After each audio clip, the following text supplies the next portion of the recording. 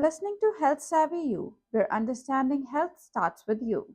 I'm Dr. Navjot Buttar, a dental surgeon, health communication epidemiologist, and your friend on the journey to better health literacy. In every episode, I break down complex health info, teach you how to spot fake health tips, and share practical tools to help you think clearly, ask smarter questions, and make confident health choices. Keep listening because becoming healthier shouldn't feel out of reach, it should feel empowering.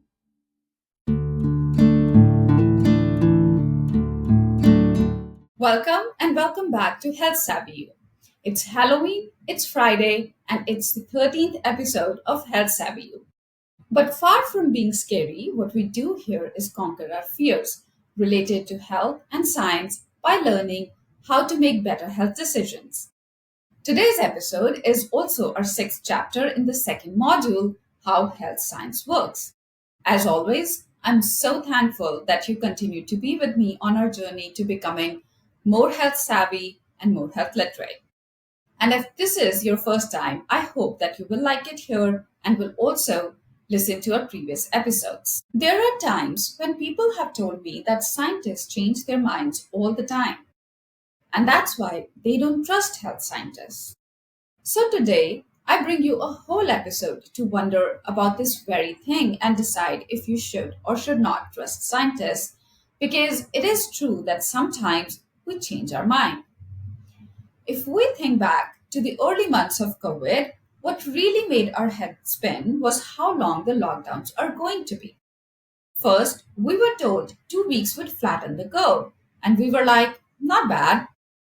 Then 2 weeks became 2 months and almost 2 years. It felt like the goalposts were moving, and for many of us, that chipped away at trust. We wondered why scientists can't make up their mind and why can't they solve the problem of this pandemic. But here's the thing, science isn't changing its mind the way people do after too much coffee. What's really happening is that science is learning. It's moving, sometimes uncomfortably fast because of the urgency or because the world around it is changing too. So, in this episode, let's unpack why science changes, why that's actually a good thing, and how understanding that can make all of us a little more resilient and a lot smarter about our health. Science is a process of discovery. It's like a living map, one that keeps updating as we explore new grounds. Every study, every observation is a dot added to that map. Sometimes we realize the roads we drew earlier need adjusting. That's not failure, that's progress in science. It shows that science is working. Scientific understanding evolves as new data appear, better tools emerge, and ideas are tested against reality. Science has self correcting mechanisms, which is one of its greatest strengths. While science works a bit like detective work, it does so with thousands of detectives working together and comparing notes. So every scientist's work is getting checked by many other scientists. Research studies are repeated to be sure. New experiments are done too. Each new clue, each new tool makes the picture clearer. And because the world keeps changing, such as viruses evolve, populations grow, technologies advance, our understanding has to keep growing too. In this process, sometimes things that seem okay at one point in time no longer serve us and the guidance changes. When we see science shift, what we're really watching is curiosity doing its job. The willingness to question, recheck, and revise is what makes science trustworthy, not unreliable. It's how we move from guessing to knowing and from knowing to knowing better. So let's go a little deeper about why does science change? What's really happening when guidance or evidence evolves? There are three big reasons. The first is simple but powerful. New evidence shows up. The second is that our methods and tools get better. And third is that scientists keep checking each other's work, what's called peer review and reevaluation. There's also something more human underneath all this. The way scientific communities form agreement or disagree and then reach a new kind of balance. Let's start from the beginning when new evidence emerges. Science changes because the world keeps talking back to us. We test, observe, and we continue on the path of almost right, but not quite, until we get it surely right. In the early days of COVID 19, most of the information we had came from previous similar viruses or hospitalized patients, the sickest of the sick. Naturally, that gave us a narrow picture of what was happening. As data from people with mild or no symptoms from COVID infections started to come in, the story evolved. We realized the virus was spreading far more widely and silently than we thought.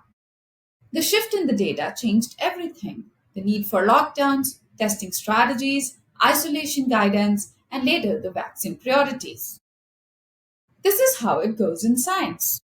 Early evidence paints a rough sketch. As more data are added, the lines sharpen. When we zoom out and add more colors, the picture can look very different. At first, scientists may not have the strongest consensus, and they may act much more cautious. But as new and better evidence comes in, those disagreements start to settle into a shared understanding, better consensus, and better strategies. So, strong consensus forms not because someone decides it's time to agree, but because the evidence finally earns that agreement and scientists release the updated guidance. It's worth remembering that dissent by those who challenge the early majority view is not troublemaking, it's quality control. It keeps science honest. It's how errors get spotted and ideas get stress tested. If everyone always agreed from the start, science would stagnate. So, when we see debates in science about nutrition or climate, it doesn't mean no one knows what's going on. It means the process of getting it right is in motion. The second reason science changes is that our instruments for seeing the world keep improving. Imagine trying to paint a landscape in the dark with a candle. That's early science. Now imagine the same scene under morning light. That's what new technology does. It helps us see what we couldn't earlier. From microscopes to MRI machines, from DNA sequencing to satellites, every tool we invent lets us measure a little more precisely and see a little further. And when our view improves, our conclusions may shift. Think about something as basic as cholesterol. Decades ago, we lumped all cholesterol together, good and bad weren't part of the story. Then, better lab techniques let us see different types of lipoproteins. We realized not all cholesterol behaved the same. That single leap reshaped heart disease prevention around the world. These refinements don't make earlier science wrong, they make it unfinished. Our research communities evolved together. Using on new technology and shared knowledge, we constantly redraw the picture we already painted. So when science updates its story, it's not because people can't decide. It's because the flashlight just got brighter. And finally, every claim gets tested, retested, poked, and occasionally demolished. It's the culture of science, and it's one of the reasons we can trust it. When a new study comes out, other researchers immediately start asking, can we reproduce that? What if we test this in another way? Does it hold up in another country or population? This cycle of challenge and correction is how we filter out coincidence from cause. In science, consensus is built on good evidence, not popularity. And initial disagreements are inbuilt feature of science. As debates unfold, consensus sometimes follows a spiral, tightening as better evidence accumulates, loosening when fresh data questions old assumptions. But in the end, of course, scientists are humans too. There are funding pressures, publication deadlines, and biases that can make consensus form too quickly or become too rigid. These social and institutional factors in the moment can also shape what gets accepted as the current view.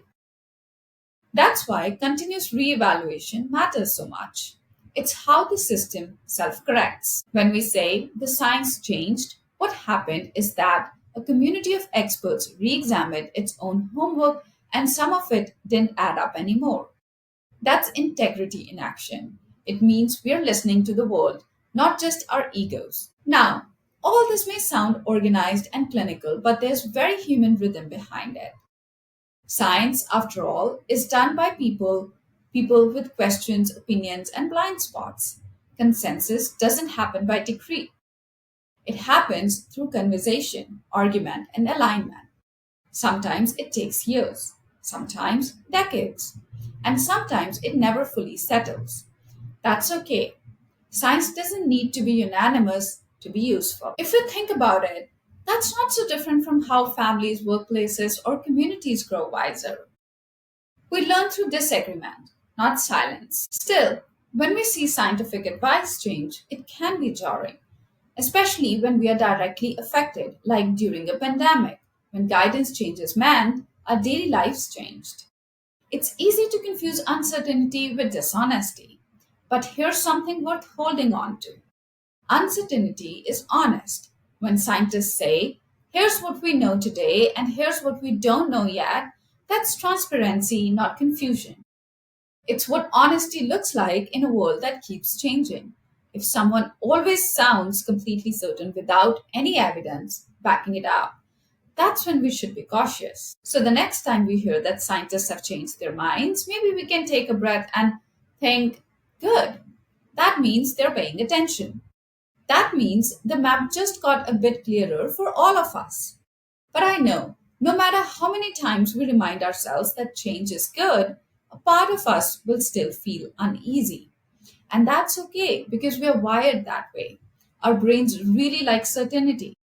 They like patterns, predictability, and clear answers. When something we believed shifts, especially something that affects our health or safety, it can feel like the ground under our feet just moved.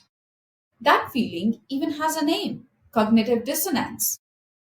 It's that internal tension when our old understanding doesn't match the new information we are hearing. Now, if we were talking about restaurant menus or weather forecasts, it wouldn't matter much.